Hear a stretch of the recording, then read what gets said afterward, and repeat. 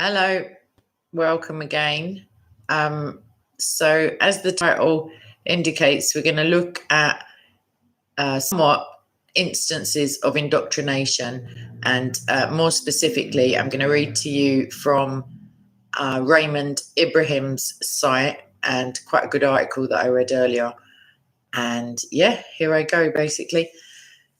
So whilst boys in the West are all but indoctrinated into becoming girls, if not surgically mutilated, at least spiritually emasculated, boys in the Muslim world are increasingly indoctrinated into becoming super jihadis, ISIS 2.0.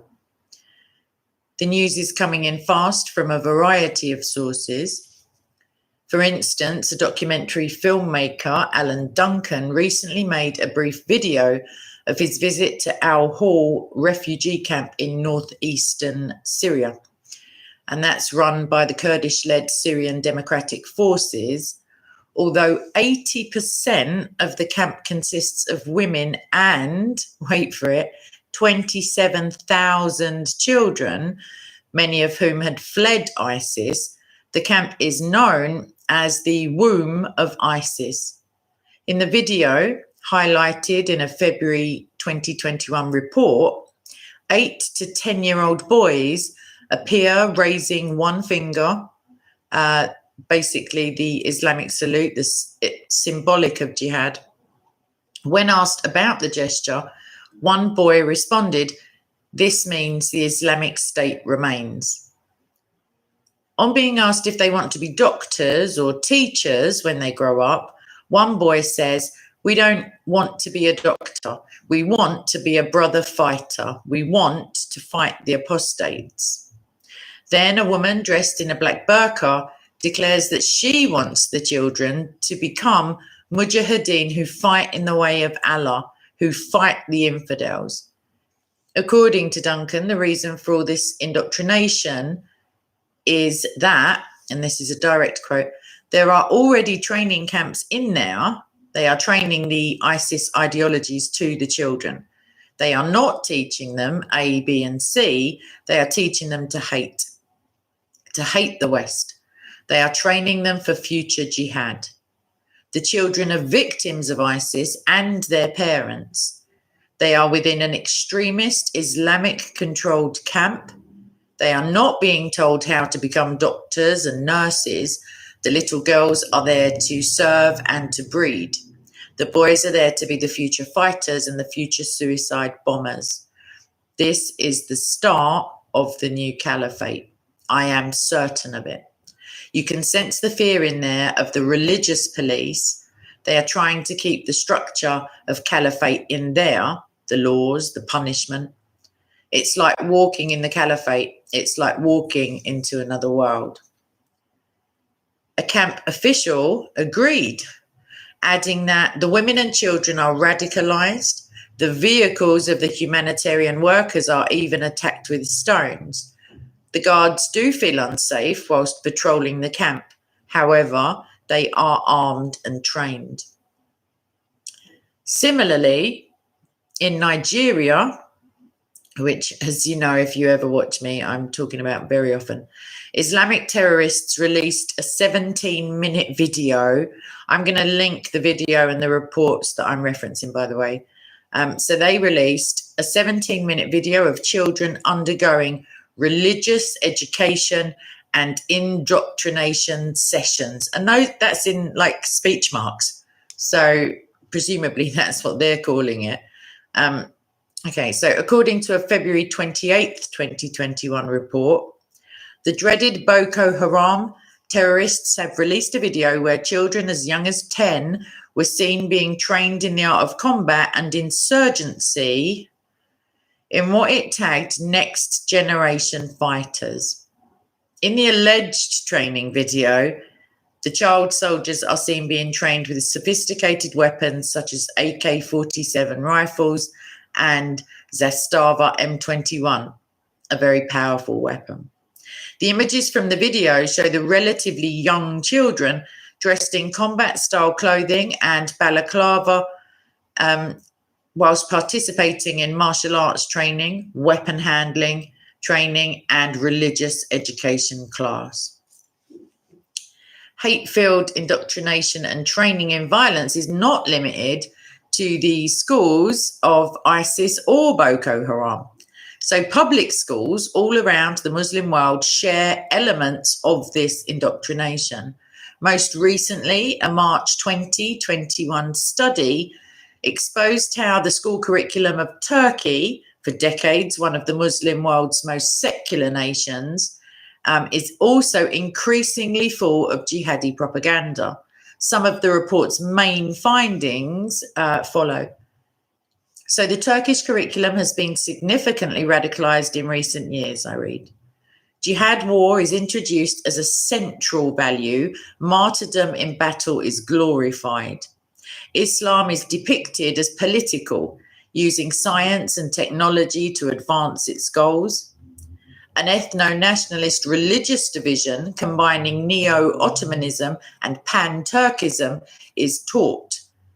Concepts such as Turkish world domination and Turkish or Ottoman ideal of the world order are emphasized, unapologetically, obviously. The curriculum adopts an anti-American stance and displays sympathy toward the motivations of ISIS and Al-Qaeda. There are anti-Armenian and pro-Azerbaijani stances. Subtle anti-democratic messaging is conveyed, e.g. the Gezi Park protests. Christians and Jews are characterized as infidels instead of people of the book. The curriculum demonizes Zionism and verges on anti-Semitic. Even in the West, Muslim children are being virtually indoctrinated online. So, including during the COVID-19 pandemic, according to a March the 4th, 2021 report, which was updated on March 10th, children are being exposed to ISIS terrorism online during lockdown, raising fears of brainwashing, the British Foreign Secretary said. Dominic Raab told Parliament that this rise of violent internet indoctrination is occurring at a critical moment when there has been a 7% increase in the amount of terrorist propaganda appearing last year. This is because terrorists have digital access to those who are probably the most susceptible to extremist narratives, Raab added. And we can see a worrying rise in the proportion of children and teenagers that are now being arrested for terrorism offences. He referred to the mixture of bored youths stuck indoors during lockdown, where they are subjected to extremist propaganda online as the perfect storm. And there is a final factor, another one to add into the mix. All of this unprecedented radicalization of Muslim youth in jihadi hate and violence is occurring at a time when boys in the West are being unprecedentedly indoctrinated into renouncing masculinity and embracing effeminacy. And I'm just going to pause a second. If you don't think that's the case, you can take a look at NSPCC, who have partnered with I think it's called Drag Queen Story Hour. And, you know, these men go around dressed, very provocatively, actually, for people reading stories in nurseries and libraries. And they go around public libraries teaching children about gender. And if you think they're going to get a fair, unbiased opinion from these men, that's not the case at all. Also, there was was it Gillette? I think it was the Boys Will Be Boys advert that was put out showing little boys doing completely and utterly natural little boy stuff, you know, roughhousing and whatever. And the supercilious, arrogant tone and the condescending manner in which men are treated, full stop, but especially little boys. I mean, it's one thing to teach girls that they can achieve things that previously were not considered decent or appropriate for young ladies, that's kind of catching up, as it were, to real equality, as opposed to this I don't even know what to call it anymore, because I think it's just so progressive. It's in the same vein as taking out the word female from cervical screening literature. Like, why would you do that? Why do you have to call a woman a menstruator, a person who menstruates? Even if a guy has a full transition sex change, he will still not be a womb carrier or a menstruator or whatever the new nonsense words are. Please don't let them control your language. Meanwhile, back at the ranch, as it were, so the Western men are being browbeaten, especially heterosexual white men, but also their black counterparts, and it kind of goes up or down a pecking order of perceived victimhood, as it were. And meanwhile, girls and boys, and if you just look to someone, I don't know, her Sandra Solomon, for instance, talks about her education growing up in an Islamic country, and how basically the Quran is the manifesto, as it were. And, these things are taken literally as gospel. And there's some pretty hateful stuff in there. And if you don't believe me, I'm more than happy to do a video just reeling off Quran verses that are, don't make me do it, but I will if I have to. So let me just give you this last paragraph.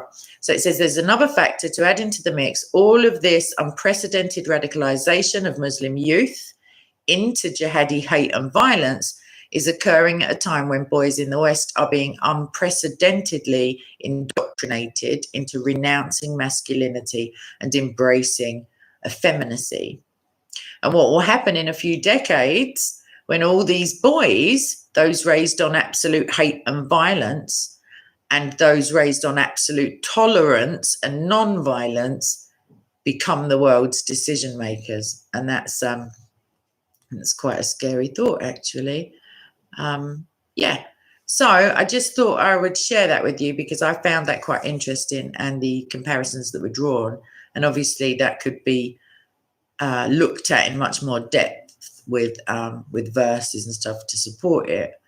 But as it stands, that's what I've got a few people.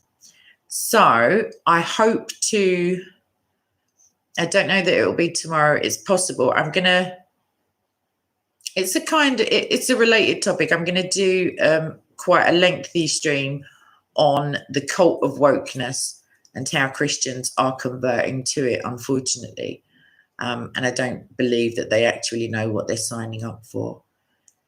So I don't know if anyone in the live chat has any comments about what I've just read. I will post the link to the article in the description, because it's just not the same if I don't promise the link and then have a panic attack because I can't remember what I promised. I mean, that's always fun. Okay, right. Everyone's trolling me as per usual. Excellent. Thank you so much for your adherence to tradition.